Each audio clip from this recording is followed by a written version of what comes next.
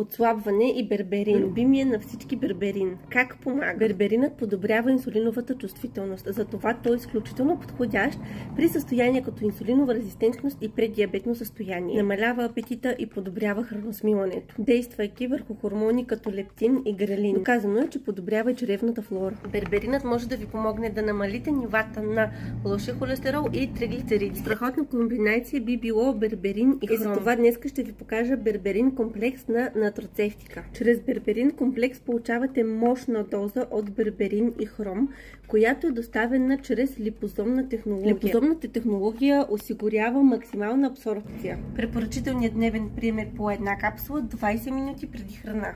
Най-добре на обяд и вечер. Приемът на берберин и хром обаче не отменя хранителният режим и тренировъчният режим.